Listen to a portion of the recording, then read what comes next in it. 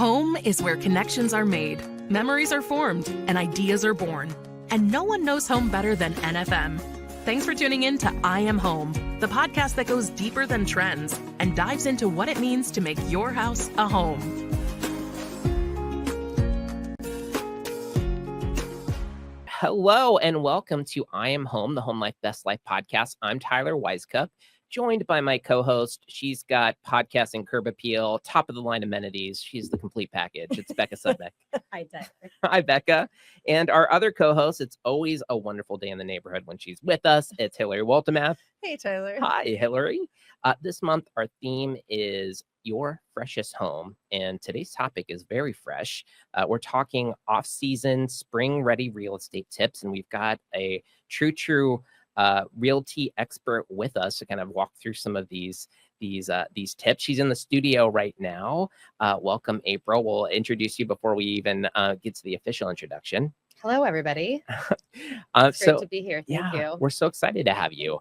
But before we visit with you, let me tell you all why we're even doing this podcast. And that's because NFM is more than just your everything home store. We're in the business of improving lifestyles because your home life should be your best life. And you can learn more at nfm.com. Okay, so I'm going to officially introduce our special guest. It's Berkshire Hathaway's Home Services Ambassador Real Estate Agent, April Williams. That's right. Yes. Thank you. Yes. We're sister companies. We love each other. Yes. And we love our owner, Mr. Buffett, right? Yes. Who doesn't? That's Yes. right. Everybody does. Yeah. Truly. I think he's a delight, honestly. He is. He's Yes. such a good guy. Yeah. Yeah. All of us feel the same way, and it's not just because he is our parent guy at the top. Leading us. Yes. He's making us all strong company. Yeah, I right? think it's because he drinks Coke and he lives in a normalish house, And he likes Dairy Queen. And he likes Dairy Queen. He's One of delightful. us. He's One of delightful. His house here is normalish. Well, April, let me introduce you quick to our audience. This is feel free to kind of fill in some of the gaps here. I just tried to do some social stalking to cobble together a resume. Social tells me that you're into real estate. That's right. Which makes sense. Yes. Interior design. I do that strictly kind of on the side and Yeah. then for my sellers, but I'm not like licensed or anything. I just have such a passion for it. Yeah. So I love to be able to incorporate it whenever I can. Yeah. And some of my clients allow me to do that for them. So yeah, it's just a side little gig for me. Yeah. Yeah. I think you've got a clear eye for it. I Thanks. definitely see it in all of the stuff that I can see from you on social Thanks. media. Yeah. So I used to sell for a builder and I did all his houses. So Yeah, I would awesome. design about 40 houses a year Oh, for wow. him, but I never did it like outside for anybody else, but I loved doing it. So gotcha. yeah, I love it. thanks. I also saw you family. You've got I do have three kids. 3 kids. Yeah, only 3. Yeah. Okay, excellent. 3 is enough. Yeah, 3 is 3 is enough. great. Perfect 2 amount. boys and a girl. Yep. Okay. You're also a prolific content creator. I was in a wormhole looking at like all of the stuff that you put together, like really fun stuff. Everything from lifestyle, funny videos. There was one with Bella's. You had cookie. Oh my all gosh, over your yeah, face. that one was fun. My kids thought I was crazy when I was making that. I was like, "Oh, we're doing this. We're going all out." So yeah, I had cookie all over, hot chocolate chip cookie all over my face, and they were delicious. It was delicious, Yeah. so it was worth it. Must have it. At Bella's, yeah, Yeah. you cannot go wrong with their cookies there for sure. I would do it again every day. They're really So, good, definitely. But also everything like real estate, like tips and tricks, advice, and just all sorts of stuff that you're able to kind of pull together. So Thanks. Yeah. yeah. So I wonder if that's like the best place for us to start is to talk a little bit about what's it like to be a realtor in today's environment? Because you've got this big social thing that you're Mhm. doing. You talked about the interior design as a part of it. It feels like to be a realtor anymore, you've got to be able to do a lot of Oh yeah, everything. you wear lots of different hats every single day. And I've done this since 2005 and I would say it's just completely changed. Obviously the landscape of the world's completely changed, but we really, we've always been marketers. We're always marketing for our clients and marketing ourselves, but it's totally changed in the new day and age, right? So I was very reluctant to make videos when I did it, but I started doing it like 2 years ago. And the reason I was doing it is I was just, I meet with clients and I tell them they ask me everyday questions. And I'm like, gosh, it's surprising to me that people don't know the answers to these questions. And that's what I'm there for. But I'm like, why wouldn't I share this with more people than just each individual client? And then, COVID happened and things got quiet and everyone's just online with their phones, right? But what really happened when I started making videos was when the market slowed down, when interest rates got up to 7, which was like 2 years ago, let's say. And the market just came to a halt because everybody was so scared to move and not really sure where the economy was going. And I was sitting at home and I'm like, what am I going to do today? And I'm like, I'm going to just start talking, right? I know what I do and I want to just help people. And so my whole goal was to help people. So one video at a time, I just try to share a little nugget about either real estate or something that's going on with real estate currently instead of just, a generic thing. So that's really why I started doing it. And then it's just kind of evolved from there. But yeah, when I went out on TikTok, I was like, this is crazy. What am I doing? I mean, this is kind of stupid, but it's worked out really well for me. And I have a lot of people that follow me on there. Most of them are actually local, which is really good. But it's nice to hear input from now I have a lot of realtors that follow me with my current content, with the way things have changed with the whole buyer's agency thing. I have a lot of realtors following me. So it's really good to see comments from them on how they do things in different marketplaces. So it's really kind of like a social synergy with people outside our city. So I think I love it. I wish I truly had more time for it, but I'm busy with my job since it's a full-time gig. So I try to do it when I can, but it's not as much as I wish I could. But yeah, being a realtor, you have to be always changing, very adaptive. We are whoever we are working with, right? So if I have a couple buyers, I'm in my car a lot. If I have a couple listings, I'm doing more marketing. So it just kind of depends on what my clientele is as to what I'm really doing, but I'm always marketing, always trying to hustle my listings or myself. So it's fun, but it is stressful for sure. Yeah. It makes a lot of sense. And I love the way that you position it as marketing because it makes when you think about it, I mean, like the house, everything's marketing. Yeah, yes, definitely. Everything's marketing for sure. That makes a lot of sense. Yeah, and preparation, and that's why I like the interior design. That's why I love that I get to do that for certain clients because a lot of realtors don't have that ability. I mean, a lot of people don't have the ability. And then, as a realtor, people always ask me like, what should I have as a, personality trait or those kinds of things. And I think a lot of us are salespeople. You have to be a salesperson, but I'm a very analytical numbers cruncher. And I think that's what kind of makes me stand out from people because I kind of analyze the numbers way more than I probably should, but then makes my listings stand out to others because of what I do for them. But then you add the piece of interior design to it. And I really try to make my listings stand out in general. And not everybody does that. So everybody's different. So when you're saying the numbers, are you thinking about just like making sure that the house is priced right? Is that like where most of the number crunching happens? Okay. Absolutely. Yeah. So Is there like a special way that you go about doing that, or is it just like putting in the work and pulling together all of the sales and all that kind of stuff? Yeah, you always want to pull the sales for the area, but every house is different. Some houses are really easy to price out, and some are just super complicated. So you get the whole gamut of everything when it comes to it. Just kind of depends on what you're selling. But if you look at an older house and your seller's done a bunch of updates, but all the houses in the neighborhood really that have sold haven't done updates. Well, how do you price that, right? So there's a lot of variables to come into play with that. But the number crunching also comes on the buying side too. If I have a buyer that wants to buy a house and they look at it and it's $475 and they're like, gosh, I just don't think this is worth $475. Why is the seller asking that, right? Well, then we're going to pull comps to see, okay, if I were to list this house, what would I have listed it at now that I've seen it? And of course, you use that with your negotiations. Or say you see a house that's $475 and, oh my God, I love this house. I can't believe it's so inexpensive. And oh my gosh, there's 5 other people that want to buy it. What should I pay for it? Yeah. Right? There's that whole piece of it too. And so you really have to analyze the numbers to determine what it is. And your lender is going to do that too, right? With your appraisal, but you still need to do it as yourself. And that's one thing I like to do to bring to the table for my clients so that they know my opinion on it. Cause I've done it for so long and I'm always doing it 6 or 7 days a week. Right. So I share my opinion freely as I should. So yeah, absolutely. as you reach the age where you can consider buying a home, like you truly don't understand like how complicated it is or how overwhelming it is. Like you grow up and you're like, I just reach a certain age and then I just buy a house. Right. And that's what you're kind of speaking to, like finding the right fit with your realtor, also like somebody that can understand your needs, wants, or has like enough experience. Like that is so important, having a little bit of that experience myself. And that's one of the great things about social media is like previously you only knew that information if you had experience in it. Yep. So I always tell people like real estate is totally a relationship business. I Mhm. mean, my business, my clients come from mostly my sphere. They're my past clients or people that referred me that have used me, or my friends and family that just know me because everybody everywhere I go always just talks to me about it because it's a fun topic, Mhm. right? So I appreciate that your outlook on that because I Mhm. agree. Like you should use someone that you trust, and Mhm. you should use somebody that you know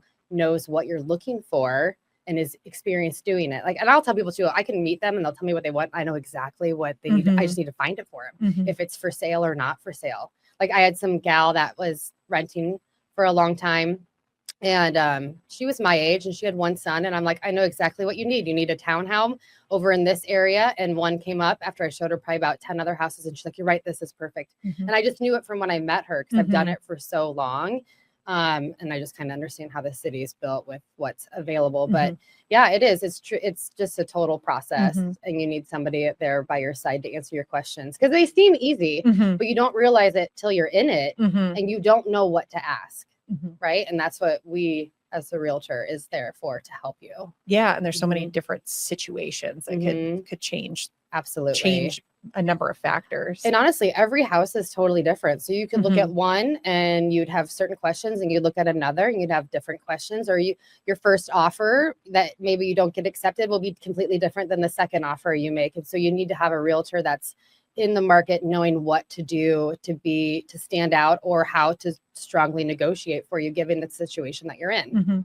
Yeah, certainly. But you talked about, I'm curious to know what you think is you would say is maybe the most surprising part about your job that people don't know. You talked about marketing. I think that's certainly a piece that people just surface level don't understand about realtors. But what would you say is maybe one of the more surprising parts? Honestly, I talk about this a lot on my videos, is a lot of people have so much faith in the internet, like with Zillow, and that's the perfect example. People put so much faith in there. And I'm not going to lie, I go to Zillow too, and I look at it. And if you watch my videos, I make a lot of videos on how inaccurate they are. But everybody puts a lot of faith into that. And you can't. I mean, you can trust some of it, but that's where it comes to play where, yeah, you can only get so far, but you can't trust the computer to tell you, yeah, this house is priced correctly and I want to see this house. But that's the other thing too with the trusting is so many people, they think they can do it on their own. And then they just go on there and they click and they think they're getting the realtor that has the house listed, and they most likely are not. And then they get just this random person that shows it to them. And that person is working on their behalf, but you also don't know the person. So is that who you really want helping you with your largest purchase? I mean, I wouldn't, but I'm also in the business, so I understand how it works. But that truly is a huge misconception I think so many people have with the process. Yeah, fair enough. It's fun to scroll through Zillow and look at homes, but that's why I think it's fun marketing them, because even if you're not in the market, people still like to look at them. Yes, right. We still like to just walk through people's houses. Nosy. You know, it's fun, right? Yeah, certainly. Yeah, that makes a ton of sense. I know in own experiences, like you think something is available and like you get to it and it's like it's not at all available, but it hasn't even reflected that. And that's just like one piece of that like inaccuracy you're talking about too. Yeah. I mean, a lot of it is reliable, but not completely. And so you can't put your faith in it or make your financial decisions based off of it, in my opinion. Yeah, certainly. Yeah, that's great. On a related note, I'm curious, April, has there been like a specific moment that has made you especially proud to be a realtor? You know, honestly, I do it because I love my clients and I love helping them. And when you find the right house for someone, because that is truly, I mean, speaking of, we haven't talked about this yet, but with the tornado, right? Obviously, I've done this for a long time. I've owned, I don't know, like probably 8 houses, and every house is your home, right? But you don't realize how important your home is until you lose it, or you lose your personal belongings. And I've always thought that, but going through what I went through with what I went through, it was just, I don't know, an extra layer of emotionalness to me. So, but I do love helping people when I know when they find their house, right? You know it. Yeah. When You people can are feel like, it. I have people ask me, Yeah. am I going to know it? I'm like, you're going to know it. Mhm. And then now we just hope we can get it if there's multiple people, right? And so just knowing that I can help them find what they're looking for, but then also make sure that what they got was a good investment for them in the long run, just giving them advice like that. That's honestly why I love what I do. I love that answer. And what you're referencing about the kind of the storms that we had in Omaha, it was the summertime, I think it was April. April. Yeah. Mhm. April 26th. Yeah. So 3:46 p.m. Truly. you've got it down. I totally understand. Big storm and you lost your home during that. And we have some Mhm. questions around that as we kind of wrap up our episode that we want to dive into for sure. But I know one of the things that we're curious about is around like the off season. And I think you've got we were kind of talking before we hopped onto the mic Mhm. officially around some perspective on like off season Yeah. advantage and spring buying and just like Mhm. how some of those that market has changed quite a bit. I wonder if you Yeah. kind of speak on that a little. Yeah. Most people's old school train of thought was that houses are always busier. Come spring, there's more listings, things sell faster. We really have had such a lack of inventory for so long that there's really not the ability to get to where you're selling more things in one market. It's kind of just spread out throughout the year.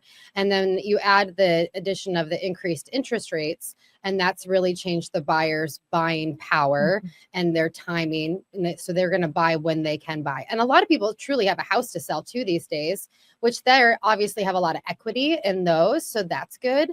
And those usually are selling, depending on what they're priced at, relatively quickly. But you add the factor of, okay, I bought this house that was $350,000 with a 3% interest rate, and I want to move up. So you're going to buy now. You used to move up like for $50,000 or $75,000 to get a whole new house. Well, now you got to spend easily $100,000 to $200,000 to do a move up. Mhm. And now you're buying a 550, let's say, at a 7% interest rate. So that really has changed the market. And so there is no time of year that's better. It's a time for what works best for the people in their own specific situation. And we hope interest rates will go down this year. We'll see. A lot of people do think, right now, yesterday they were like at 6.75%. Last year they really hung around sevens. I don't think we really went too much above 7.5 a few times, but that really scares people, right? It affects your affordability, and you want to be comfortable in the home that you're in, obviously. And so that definitely kind of changed the market. But really, once January hits, which obviously that's where we're at, people get New Year's resolutions. They have like a new lease on life. They get their income tax return. So the people that want to buy, as long as they can afford it, are going to buy. And then it kind of just spurs from there. And it stays pretty steady, honestly. We just really, the last few years, we really would see dips when interest rates would go up and people got scared. But then it's kind of like what gas prices were for a while, where you're like, oh my gosh, I'm not going to drive for a while. And you're kind of scared to do it. But then we all get used to it. Right. And so then you start driving again. Well, that's kind of how housing prices was, I would say, in the last year or two, where we just kind of got used to it. And everyone kind of has that in the back of their mind. Okay, I can afford it today, and hopefully interest rates will go down. So then in theory, in the future, I should be able to save a little bit of money per month once I can refinance at that lower interest rate. But they're at least knowing they're getting the house they want long term, and they can afford it now. And so it's really the spring market, I would say it's just an all season market, right? Like there is really not a better time to buy. November and December were slow. They always are with weather. And so when I was working with clients that were thinking of moving a few months ago, I had a few that waited till January, and they are for sale now. We waited till January because that's the smart thing to do. So you will see more listings coming on the market, but it'll just depend on what interest rates do as to how many buyers we really see out there. But Omaha is always strong, really strong. So there's nothing for any of us to fear. Truly, we don't have enough inventory. Like I do have people ask me all the time, do you think pricing is going to go down? And truly, it's not going to. It's all supply and demand. It's all microeconomics. Prices will not go down until you have too much supply. And we don't have that much supply. There's certain price points where there's, for example, where a lot of the new construction is. So you're at like 500 to 650. That market right there is a little oversaturated. So if you're selling something in that price point, you're going to be sitting a little bit longer because of the supply there. But there's not enough to where you see prices going down, where people in Omaha need to be worried about the value of their home. So I went off topic. Sorry. No, This is 100% great. on topic. Just soaking it all in. Yeah. Honestly. Right. I could talk forever about Right. house prices. Yeah, it's fascinating, honestly. I feel like you answered this, but I just want to hammer the point just to make sure that like we've got it covered. Like, would you say there are, at least on the buying side, maybe like any benefits to buying during winter months? Yeah. So, I mean, there are a lot of people that do talk about that, because they will say there's less buyers during that time frame. So you have a better chance of getting a house without multiple offers. But at the same time, there's not going to be as many listings for you to look at. So, which is fine too, right? You can continue to look and be an active looker instead of looking passively. And if you find what you like, then luckily there probably won't be too much competition. So you do have an advantage a little bit that way. But also if you wait a little bit, you might get some more listings to look at too. So Gotcha. So you just pros never and know. cons. Pros and cons. Mhm. Right. Yeah, exactly. And that's going to be no matter what anyways. Right. Yeah. Yeah. Yeah. Mhm. Makes sense, especially based on what you were just telling us Right. on like how the market has shifted and interest rate, all that kind of stuff. So But I would say people are picky, and they should be picky, right? I've always told people you should be picky. It's your home. It's where you're Yeah. living. It's your investment. And now I do think since it's more expensive for them, they are a little bit more conscious about it. I mean, I had people when we, COVID 2020, 2021, people would make offers on houses. And I'm like, why are you making an offer on this? You don't even really like it. It was like a Mhm. challenge Yeah. to get a house, right? And now those people are like selling their houses because they're like, what did I do? Uh-huh. Right. But now people, because the interest rates are so high, and it's, your payments probably more than you expected it to be, but obviously you can still afford it. You really want to make sure you're getting what you want and what you hope to get out of it. And a lot of people work from home. Mhm. Yeah. So it's not just their home, it's Right, their you're there all the office. time. Mhm. Yeah. So they want it to be perfect for them, Mhm. as it should be. Yeah, that was such a wild time. My little sister was trying to buy her first house during like 2021. And I kind of forgot until you brought it up how Ugh. wild that Oh, was. it was crazy what we had to do on offers. And that's one of the things too, why you talk about having a good realtor, is things were changing.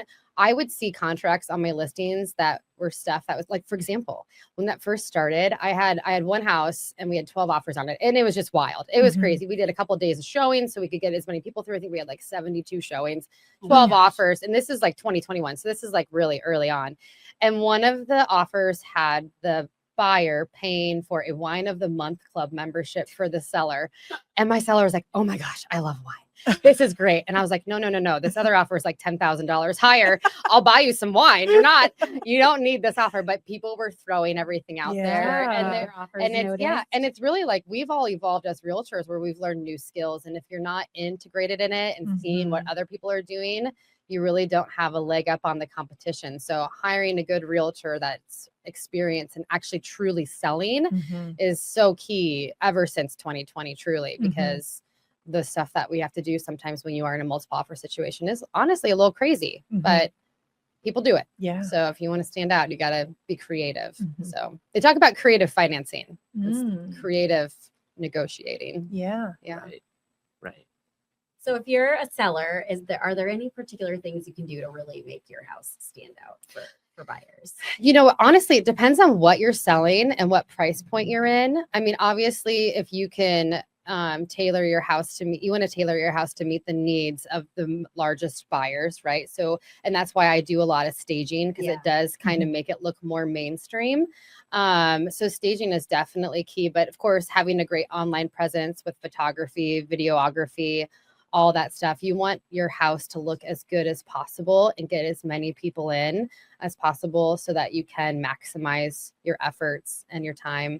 And then of course, make people love it. So, but sometimes you'll sell a house that's dated and that's what people are looking for. And there's nothing to do. You just want it clean and you want to price it right. And that is what the goal of that sale is. Yeah. So it does vary. Okay. Yeah. But if you have a lot of competition, like say you were selling something Yes. at 550, you really need to make your house stand out, because you will have the buyers comparing you to other sellers, and what would you do to make yourself look better. So, and that's one of the things, like home maintenance, you want to make sure your house is maintained right, because of course when they're walking through your house, they're going to, you know, say, oh my gosh, they haven't taken care of this, they haven't taken care of this, and you know, what am I going to have to do, what is it going to cost me? So those kinds of things are things before you put your house on the market that you want to make sure you're cognizant of, for sure. Makes sense. Which houses are a lot of work. Yeah. Yeah.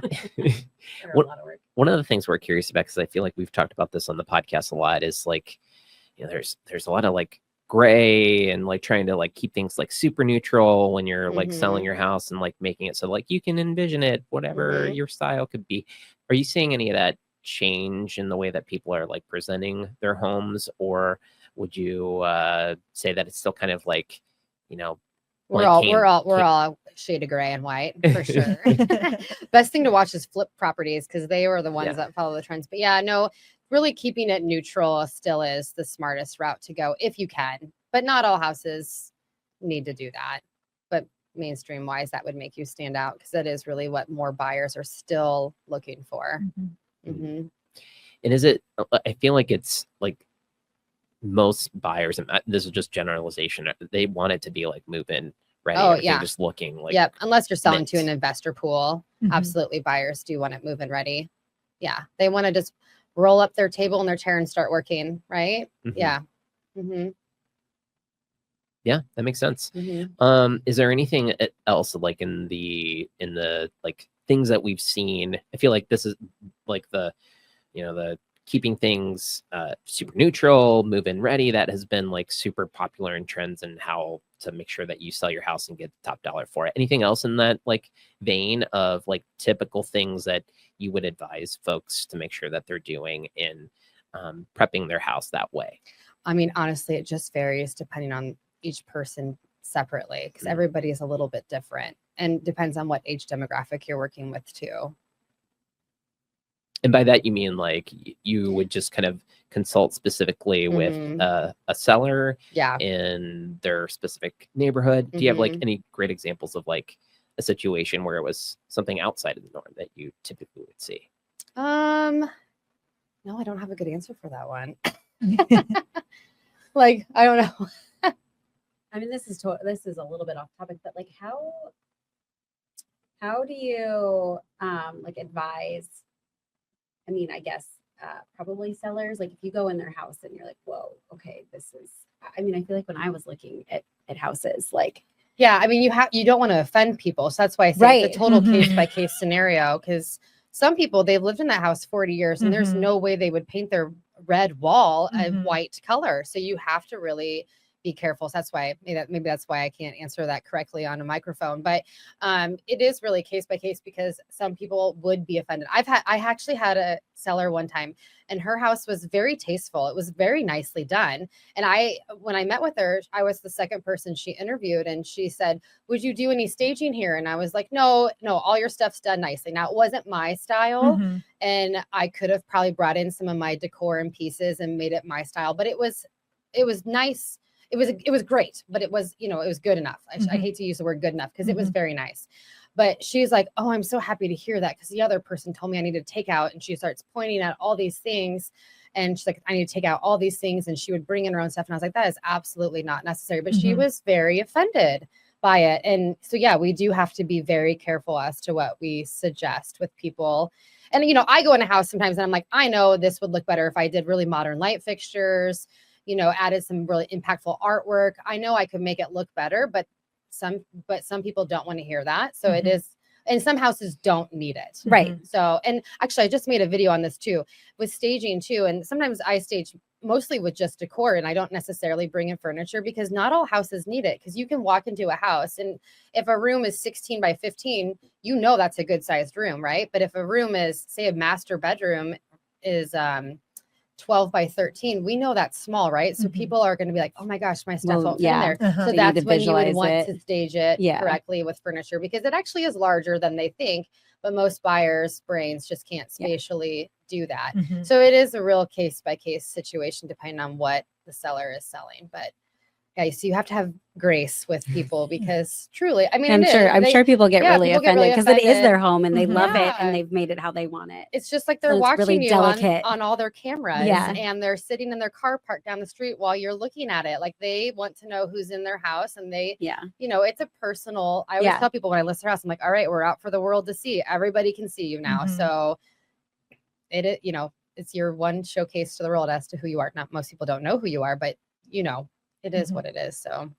Yeah, I was certainly on the receiving of that in our home in Texas that we needed to sell. Like we hadn't been in there very long, so there was like a ton of stuff that we wanted to do that hadn't got done yet. We hadn't totally furnished it yet, but we were splitting, and so we needed to get rid of the house, and so we were trying to do it quickly. And the person that we originally talked to would just overwhelmed us with this long list of things that we needed to do, and it was just like we were going our separate ways. Like it was just like too complicated. Mhm. Like, and we ended up going with somebody else because we were just like so overwhelmed with everything that Yeah. she threw at us. And like, you know, working at Nebraska Furniture Mart, like I had like a decent eye. Like maybe Yeah. was it the most like perfectly staged designed home? No, but I was like, this is not Yeah. the right fit. And we went with somebody else is like, no, it's fine. Yeah. And it sold for more than what we asked for, and it sold very quickly. And so Yeah. it's a great point about it being a totally case by case. It is, yeah.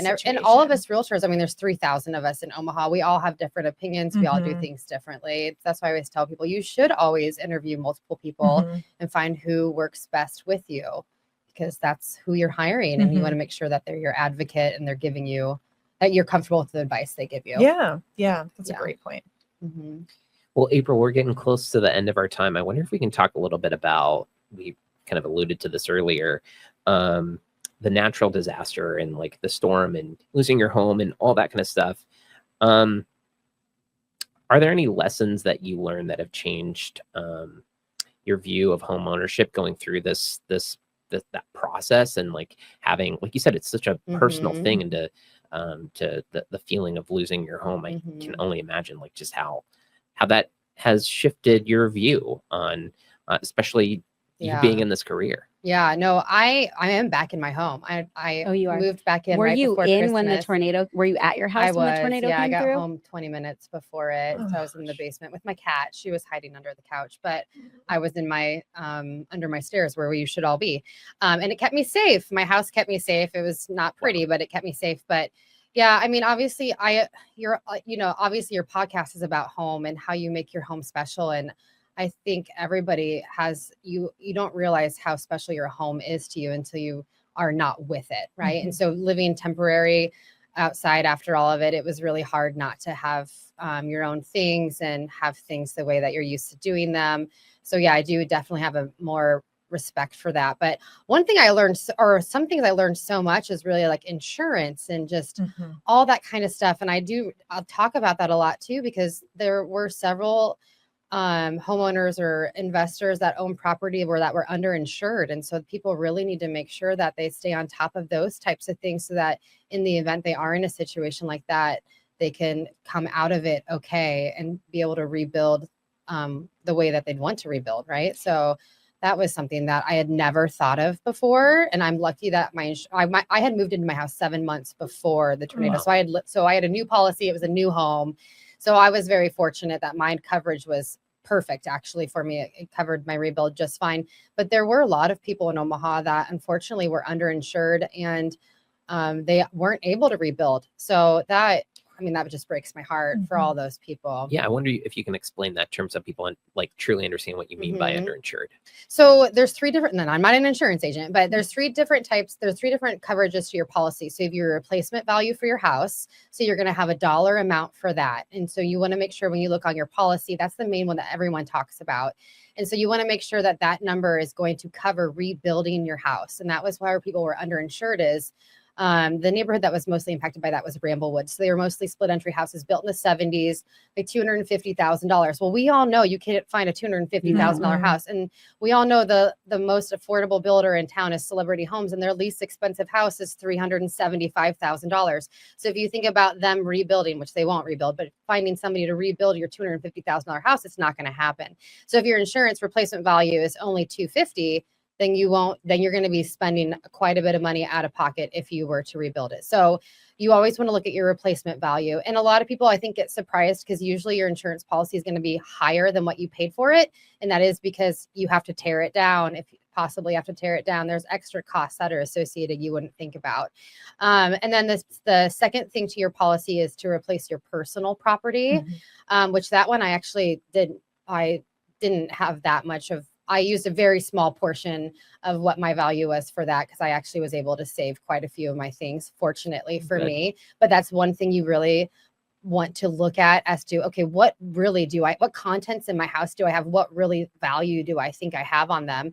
Because if you would be underinsured there, you may not be able to rebuy everything that you had. So that's the second part. And then the third part is your temporary housing. So I was still paying my mortgage, because of course I still owned that house that was no longer there. So I was still paying that, but then my insurance was paying for us to live temporarily in the place that we rented. So those are the three types, or the three sections to your homeowner's insurance policy that you want to make sure that those numbers are good enough to cover you in the event you are under that situation. So yeah, that was, it's interesting to know. I'm happy that I know it, but I'm it is what it is. So but definitely everybody should look at that though, to make sure, especially if you've lived in your house for at least 5 years, because we've had so much appreciation with our houses and the cost of building has gone up dramatically. Back in 2020, the builder I used to sell for, the house that we built most of the time was a really nice sized ranch, and it was $425,000 brand new. That same house today in 2025 is $575,000. Same exact house, same exact finishes. So that's just the cost. That is strictly the cost of building. $150,000 5 years later. So if you haven't revisited your policy, you might be underinsured if you had to rebuild it. So this has been super good advice. helpful. Yeah, absolutely. Yeah, I'm sorry that you had to learn this. I mean, it, thankfully you were insured correctly, all that kind of stuff. And I got very you're lucky. back in your home, all that kind of stuff is going, thumbs up based on the situation as well as it probably could. Yeah. So we're so glad for that. And I'm very fortunate for how it all played out. So definitely. I'm glad for your advice today. This has been, again, super, you're welcome. helpful. Yeah. April, any place that you would kind of send folks to kind of learn more about you, about realty, that kind of thing?